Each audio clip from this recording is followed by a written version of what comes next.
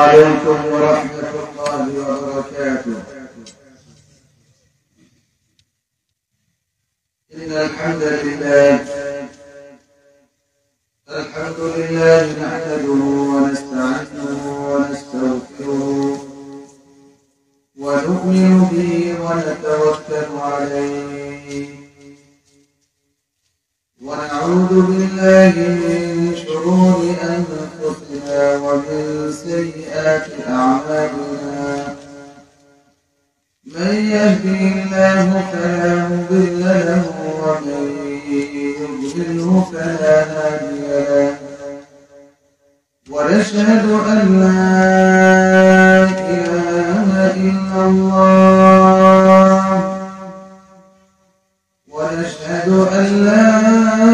إله إلا الله وحده لا شريك له.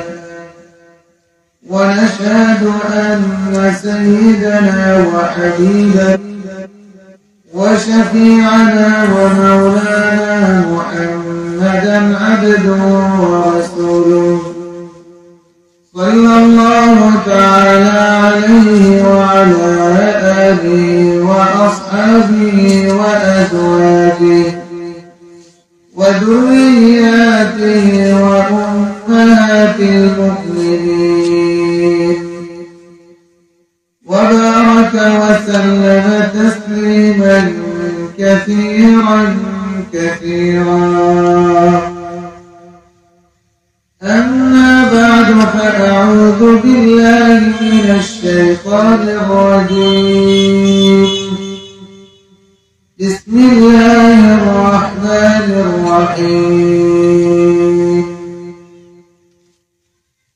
سبحان الذي أسرى بعبده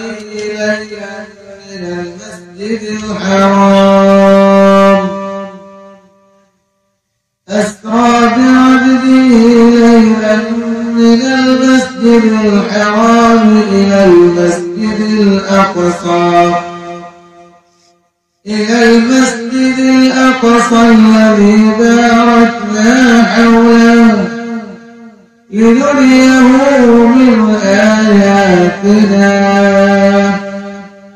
إنه هو السميع البصير.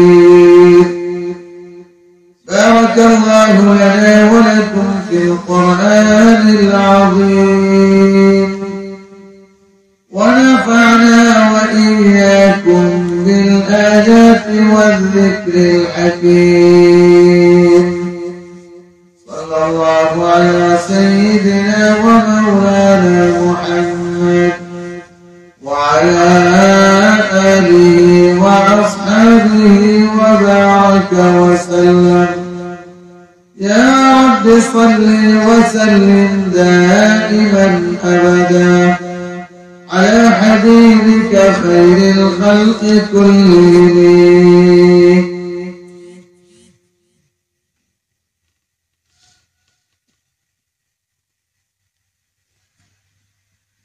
حزب إلهي পরিষদ কর্তৃক আয়োজিত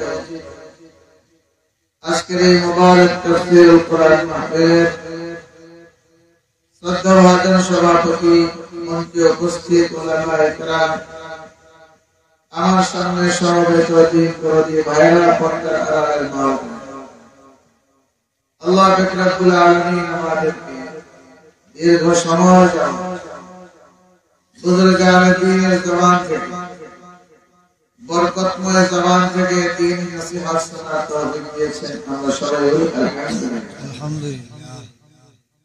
আপনাদের প্রচার পত্র ডিসপ্লেতে যে বুজুর্গদের নাম, এদের সামনে আমি এক তুচ্ছ মাছির মতো, মুরব্বিদের সামনে বাচ্চারা কথা বলাটাও বেআদবি। হযরত আব্দুল্লাহ ইবনে ওমর রাদিয়াল্লাহু তাআলা আনহু আমাদেরকে সবক দিয়ে গেছেন। রাসূল করিম সাল্লাল্লাহু আলাইহি ওয়াসাল্লাম সাহাবায়ে কেরামকে প্রশ্ন করেছেন, মুসলমান গ্যাস কোথায়? রাসূল করিম সাল্লাল্লাহু আলাইহি ওয়াসাল্লাম এই প্রশ্ন করার সাথে সাথে উত্তরটা সবার আগে যার মাথায় এসেছে তিনি হলেন আব্দুল্লাহ ইবনে ওমর রাদিয়াল্লাহু তাআলা। তিনি উত্তরটা বোঝার পরেও জবাব দেন না। কেন? এখানে মুরব্বিরা বসা।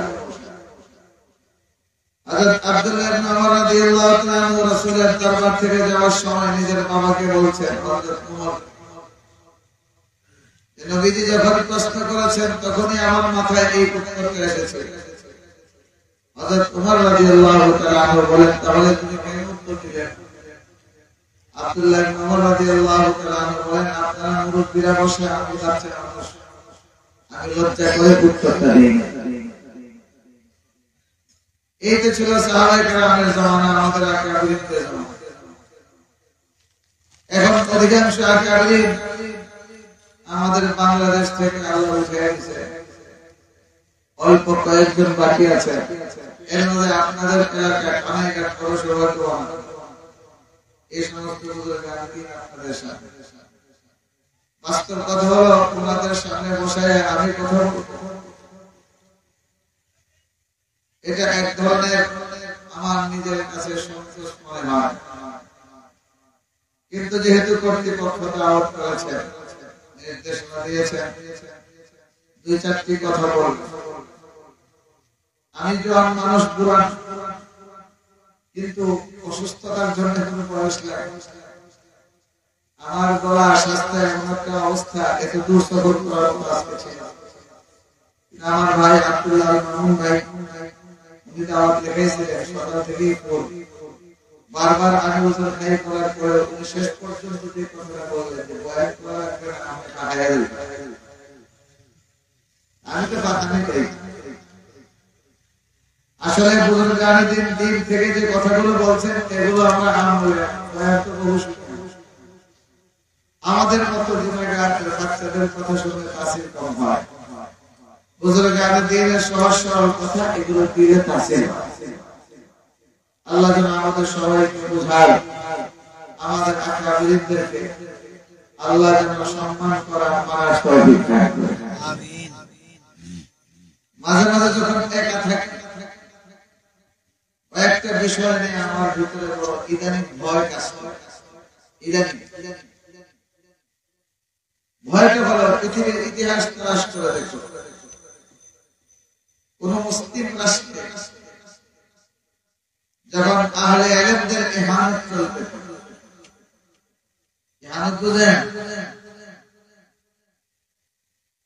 আহলে ইলমদেরকে যখন ইজ্জত দেওয়া হয়, যারা প্রকৃত ইলম ওয়ালা, তাদেরকে যখন কাঙ্ক্ষিত সম্মান দেয়া হয় না,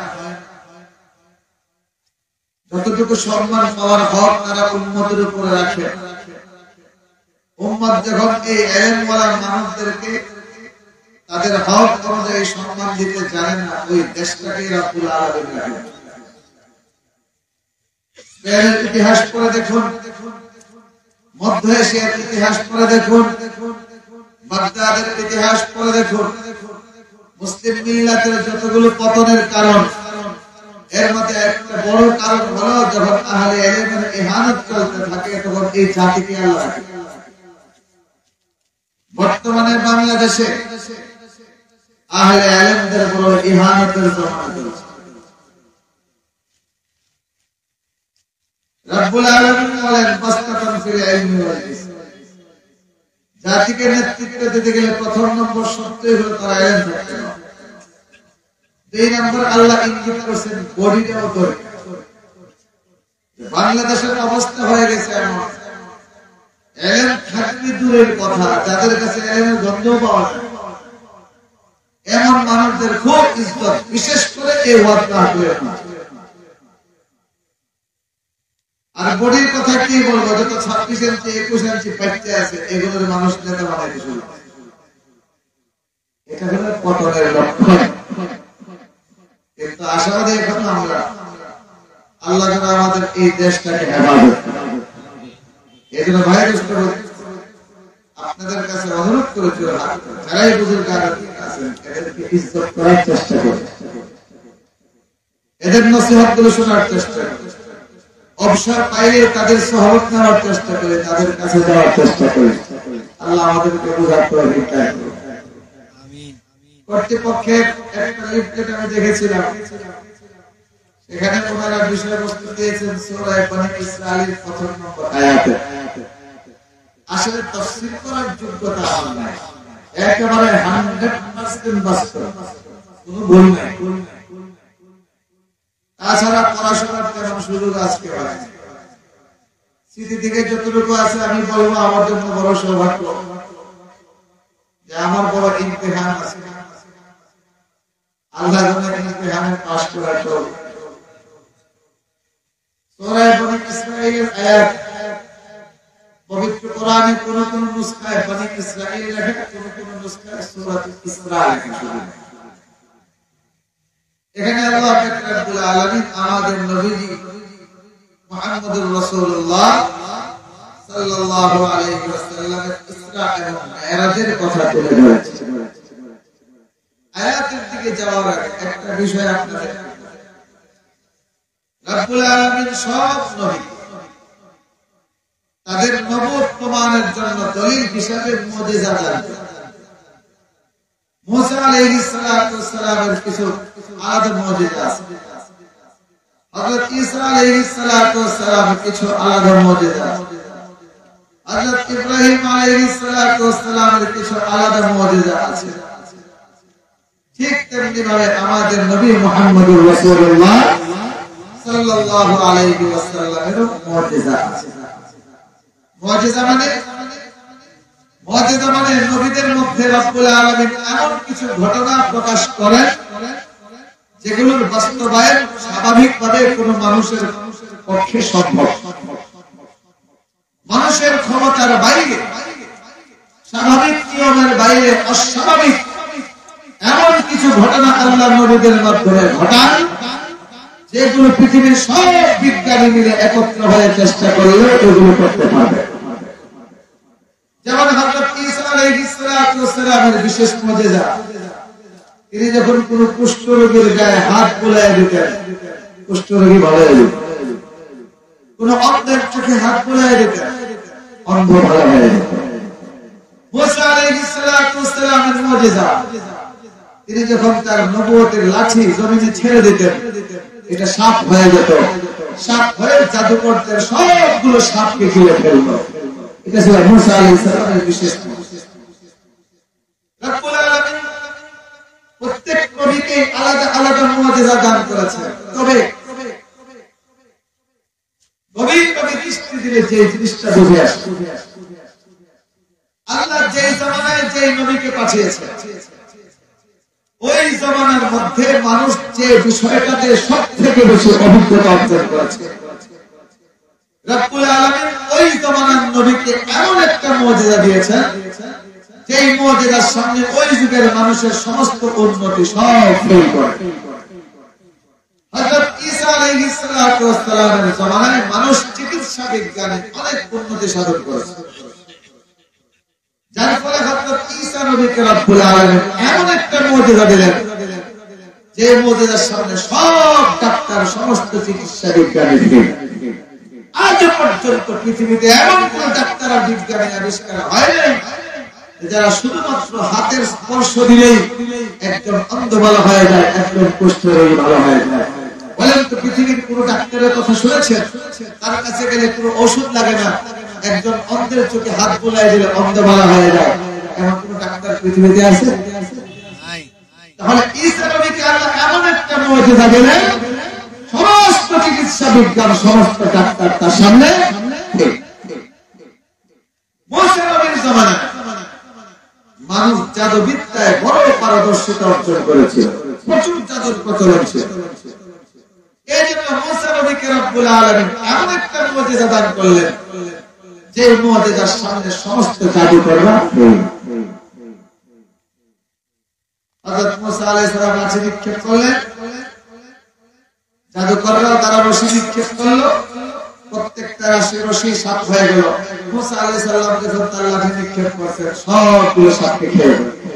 জাদুকররা বুঝে ফেলেছে মুসা নবীর হাতে যে লাঠি ওটা কোনো জাদু মন্ত্রের লাগে না, নিশ্চয়ই এটা আল্লাহর তরফ থেকে দেওয়া মুআজিজা। সব জাদুকর মুসা নবীর সামনে। রব্বুল আলামিন জানেন আখিরি জামানায় মানুষ বিজ্ঞানে বড় উন্নতি সাধন করবে। বর্তমান জামানা বিজ্ঞানের জামানা, না জানি কিয়ামত পর্যন্ত বিজ্ঞান আরো কত দূর এগিয়ে যাবে। বিজ্ঞানের উন্নয়নের ছোঁয়া লেগে আজকে মোবাইল আবিষ্কার হয়েছে। বিজ্ঞান উন্নতি সাধন করে বিমান আবিষ্কার করেছে। বিজ্ঞান উন্নতি সাধন করে এমন সব যন্ত্র আবিষ্কার করেছে যেই যন্ত্রের সাহায্যে বিজ্ঞানীরা চাঁদে যেতে পারে। আজকে বিজ্ঞান এমন যন্ত্র আবিষ্কার করেছে পাথফাইন্ডার, যেটাতে এই যন্ত্র দিয়ে তারা মঙ্গল গ্রহে পাঠায়। মঙ্গল গ্রহের ভিতরে কিরকম জমিন, কিরকম আবহাওয়া, এগুলো ফুটে তুলে তুলে বিজ্ঞানীরা গবেষণা করে। তারা মহাকাশযান পাঠায়, আরো কত কিছু পাঠায়। এই জন্য রব্বুল আলামিন আখিরি নবীকে এমন একটা মুআজিজা দান করেছেন, বিজ্ঞান যত উন্নতি সাধন করে আমাদের নবীর এই মেরাজের মতো মুআজিজার সামনে টক্কর দিয়ে কখনোই সামনে যেতে পারে। বিজ্ঞান যত উন্নতি সাধন করে, যত উন্নত মানের যন্ত্র আবিষ্কার করে, চাঁদ পর্যন্ত যেতে পারবে, মঙ্গল গ্রহ পর্যন্ত যেতে পারবে, কিন্তু আল্লাহর কসম প্রথম আসমানের লাগান কখনোই পারে না। এই জন্য একদল নাস্তিক বিজ্ঞানী আছে, এরা কয় আসমানই নাই। কি বলে? আসমান। আচ্ছা বলেন তো আসমান আছে? বিশ্বাস না করলে জানবে আল্লাহ কোরআনে বলেন আসমান বিশ্বাস না করলে তুই ঈমানই থাক।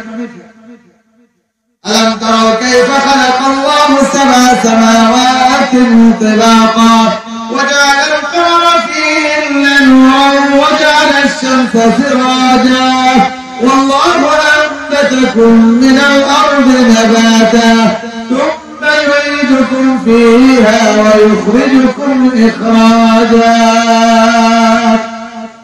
আমাদেরকে প্রশ্ন করেন রব্বুল আলামিন, আলাম তারাও কাইফা খালাকাল্লাহু সাবআ সামাওয়াতিন তিবাকা, তোমরা কি লক্ষ্য করে দেখো না তোমাদের রব, তোমাদের মালিক আল্লাহ কিভাবে সপ্ত আকাশকে এত সুন্দর করে সৃষ্টি করেছেন, সাতটা স্তর দিয়ে সৃষ্টি করেছেন।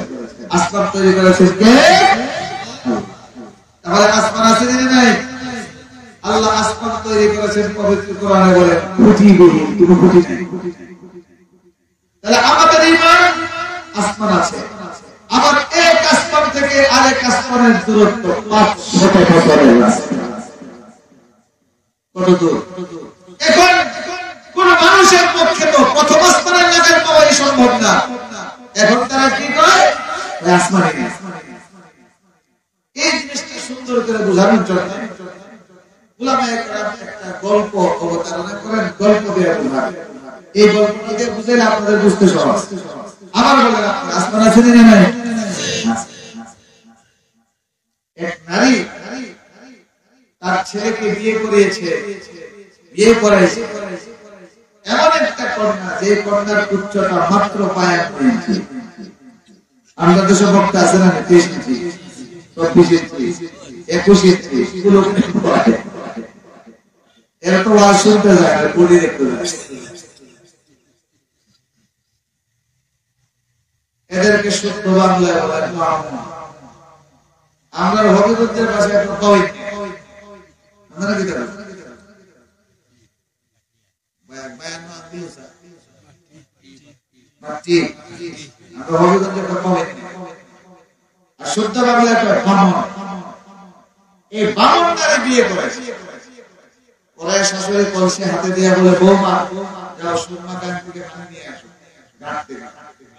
এখন এই বামন নারী যে রয়েছে ঘরটা পার হয়ে গেছে, শাশুড়ি চিৎকার করে ঘর থেকে বলে বৌমা কোথায় গেলে তুমি, পানি নিয়ে আসো না কেন? আম্মা পানি তো উঠেছি কলসি দিয়ে, আমার একটু সমস্যা হয়ে গেছে, আপনি যে নাকফুলটা দিয়েছিলেন আদর করে আমাকে, নাকফুলটা বেড়ে গেছে কলসি কলসির পাশে হাত দিয়ে উঠায় না।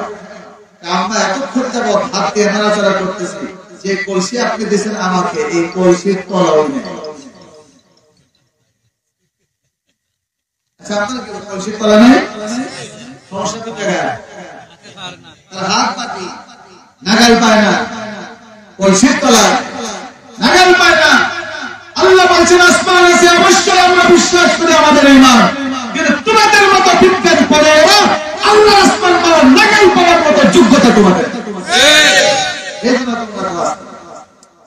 তাহলে আমাদের নবীকে রব্বুল আলামিন সেই মসজিদে হারাম থেকে বাইতুল মাকদিস পর্যন্ত, সেই বাইতুল মাকদিস থেকে সিদরাতুল মুনতাহা পাড়ি দিয়ে আল্লাহর আরশ পর্যন্ত ভ্রমণ করেছেন রাতের সামান্য অংশের ভিতরে। রব্বুল আলামিন আমাদের নবীকে এই মুজিজা দিয়া সারা পৃথিবীতে কিয়ামত পর্যন্ত আগত বিজ্ঞানকে জানা যে ও বিজ্ঞানীরা সব উন্নতি সাধন করতে পারবা, বললে আমার নবীকে আমি মেরাজ করে এলাম, চ্যালেঞ্জ গ্রহণ বলেন পারবে? এটা রব্বুল আলামিনের বিশাল এক হিকমত। যেই জমানায় যে বিষয়ে মানুষ সবথেকে বেশি উন্নতি সাধন করে, রব্বুল আলামিন ওই জমানার নবীকে এমন একটা মুজিজা দান করেন, ওই জমানার সমস্ত জ্ঞান বিজ্ঞান শিক্ষা সবকিছু নবীর এই মুজিজার সামনে ফেল হয়ে যায়। সেই রকম একটা মুজিজা হলো আমাদের নবীর ইসরা এবং মিরাজ। আলহামদুলিল্লাহ। রব্বুল আলামিন سبحان الذي أسرى بعبده ليلا من المسجد الحرام إلى المسجد الأقصى الذي باركنا حوله لنريه من آياتنا إنه هو السميع البصير. রব্বুল আলামিন বলেন সুবহান শব্দটা কি? মুফাসসিরিনে কেরাম বলেন এটা ইসমুল লিল আলাম। আপনারা বেজুন্না মাদ্রাসা পড়ে শুনেছেন, এটা কি ইসম? একটা শব্দ। অর্থ কি? এর মূল অর্থ হলো কোন কিছুকে পবিত্র করা। এখন আল্লাহকে পবিত্র করা মানে যে সমস্ত জিনিস আল্লাহর শান না, তাসবিহ করা, শিরক করা, আল্লাহর সাথে তাসবিহ করা, আল্লাহর সাথে শিরক করা, শিরক আর তাসবিহ থেকে রব্বুল আলামিনকে পবিত্র রাখার নাম হলো সুবহানাল্লাহ। সুবহানার অর্থ হবে রব্বুল আলামিন আমি আপনার পবিত্রতা ঘোষণা করছি। সুবহানাল্লাহ বলেন রব্বুল আলামিন আল্লাহর সাথে শিরক আছে না, শিরক থেকে পবিত্র। আল্লাহ শিরক থেকে ঊর্ধ্বে না, আল্লাহর সাথে শিরক আছে। মাত্র মাত বুঝুন আমার বলেন আল্লাহ শিরক করা না শিরকের ঊর্ধ্বে? আল্লাহর সাথে তাসবিহ চলে না। শিরক আর তাসবিহর পার্থক্য বুঝাইতে গেলে আরো শিরক বলা হয় কিছু কাজ আছে কেবলমাত্র আল্লাহর জন্য খাস, এগুলো মাখলুক করতে পারে না। এখন কেউ যদি মনে করে না মাখলুকও করতে পারে, এটাকে বলা হয় শিরক। উদাহরণস্বরূপ বলেন তো সন্তান দেওয়ার মালিক কে? আল্লাহ। সবাই মনে আল্লাহ চিনেন না, জুড়ে বলেন আল্লাহ। সন্তান দেওয়ার মালিক কে? আল্লাহ। একটু বড় করে বলা যায় না? বলেন সন্তান দেওয়ার মালিক আল্লাহ। আল্লাহ ছাড়া কেউ সন্তান দেবে না। বলেন মায়ের গর্ভের সংবাদ একমাত্র জানেন কে? আর কেউ জানে না। আল্লাহ ইয়ালামু মা তাহমিলু কুল্লু উনসা ওয়া মা তাগীদুল আরহাম ওয়া মা তাগীদুল আরহাম ওয়া মা তাজদাদ ওয়া কুল্লু শাইইন ইনদাহু বিমিকদার। মায়ের গর্ভের খবর একমাত্র আল্লাহ জানে। এখন যদি কেউ মনে করে না আমার পীর সাহেব কেবলা তাই জানে, আল্লাহ সন্তান দেওয়ার মালিক একমাত্র আল্লাহ। কেউ যদি বিশ্বাস করে বাবা শাহজালাল সন্তান দিতে পারে, সে শাহজালালকে আল্লাহর সাথে শরীক করবে। আরেকটা হলো তাসবিহ, যেটা মাখলুকের জন্য কাজ, আল্লাহর জন্য। এখন কেউ যদি মনে করে না আল্লাহ এমন, তাহলে সে আল্লাহর সাথে তাসবিহ করলো। শিরক করলে ঈমান থাকে না, তাসবিহ করলে। যেমন সন্তান জন্ম দেওয়া, বিয়ে করা, দাম্পত্য জীবন পালন করা, স্ত্রী গ্রহণ করা, এগুলো মানুষের কাজ। এখন বলেন তো আল্লাহ কি বিয়ে করছে? আল্লাহ স্ত্রী আছে?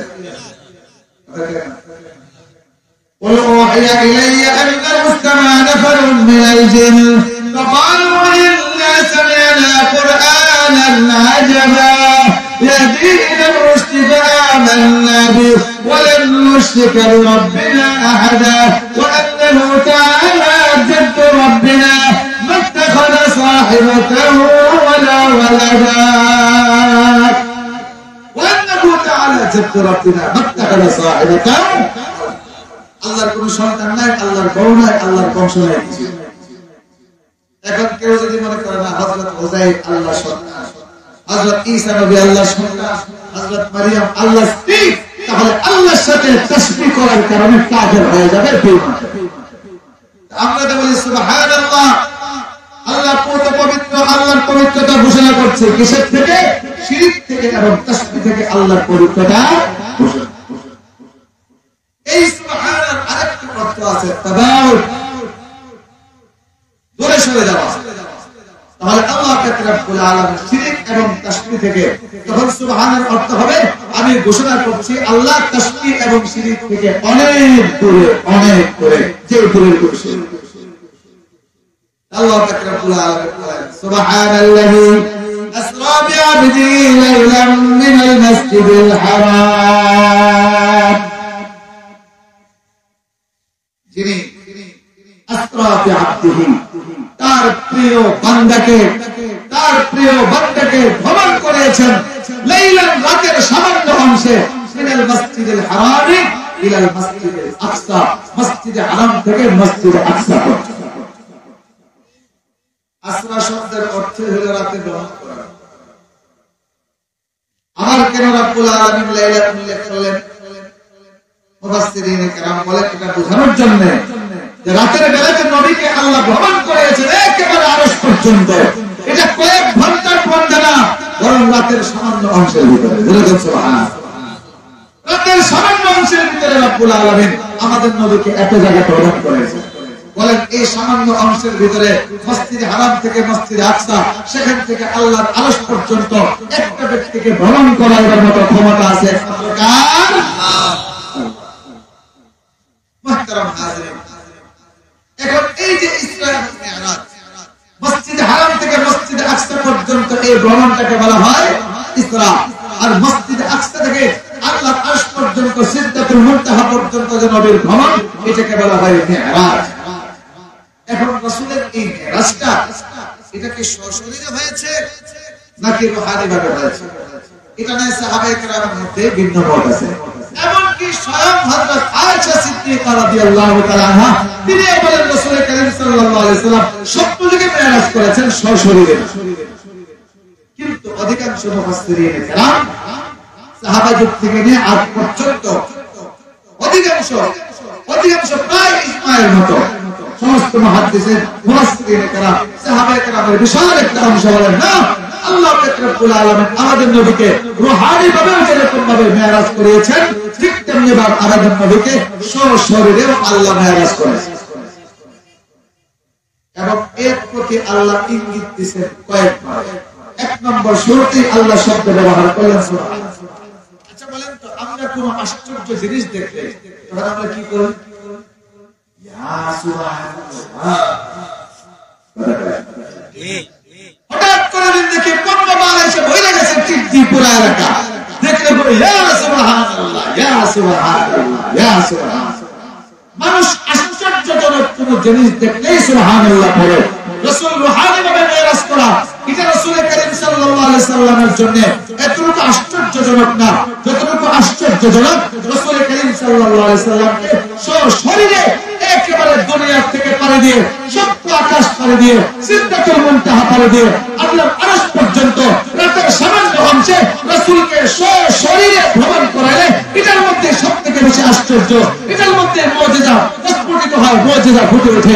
এই জন্য রাব্বুল আলামিন এই যে আশ্চর্য ঘটনা ছিল ওটা বুঝাইবার জন্য আয়াতের শুরুতে আল্লাহ শব্দ ব্যবহার করলেন সুবহান। এই জন্য মুফাসসিরিনে কেরাম বলেন এখানে সুবহান শব্দ দ্বারা আল্লাহ ইঙ্গিত করেছেন রাসূল কারীম সাল্লাল্লাহু আলাইহি সাল্লামের মিরাজটা ছিল সশরীরে। যারা বলেন সুবহানাল্লাহ। দুই নম্বর কোন মুফাসসির বলেন আমাদের নবীর এই মিরাজটা সশরীরে ছিল, আর একটা ইঙ্গিত হলো আব্দুন। রব্বুল আলামিন বলেন আসরা বিআবদিহি। এখন আব্দুন কাকে বলা হয়? শুধু রূহকে আব্দুন বলা হয় নাকি শুধু বডিকে আব্দুন বলা হয়, নাকি রূহ এবং বডি উভয়টাকে আব্দুন বলা হয়? আমি আগেই বলছি, আমার মনে নাই, যতটুকু মনে আছে খুব সম্ভব তাফসীরে রাজিদ আলোচনা করেছেন, যেগুলো সাধারণ আপনাদের জন্য বোঝাটা কঠিন। তবে আব্দুল শুধুমাত্র রূহকে বলা হয় নাকি শুধু বডিকে বলা হয় নাকি রূহ এবং বডি উভয়টাকে বলা হয়, এটা নিয়ে ভিন্ন ভিন্ন মত আছে। কিন্তু আল্লামা রাজি রাহমাতুল্লাহ আলাইহি তিনি প্রাধান্য দিয়েছেন যখন আল্লাহ আব্দুল বলেন, এই আব্দুল রূহ এবং বডি, জাসাদ এবং রূহ উভয়টা সমন্বয় পুরোটাকে আব্দুল বলা হয়।